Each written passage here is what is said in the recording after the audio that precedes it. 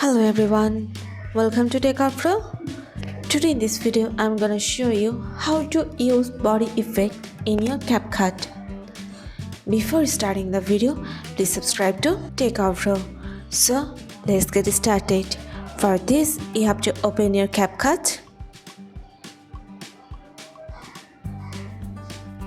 Now select your picture or video. Now place on effects. Now here you can see the option of body effects. Press on this. Now you can choose your effect as you like.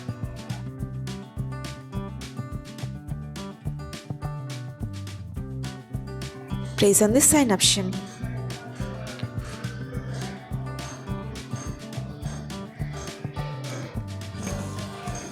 That's it.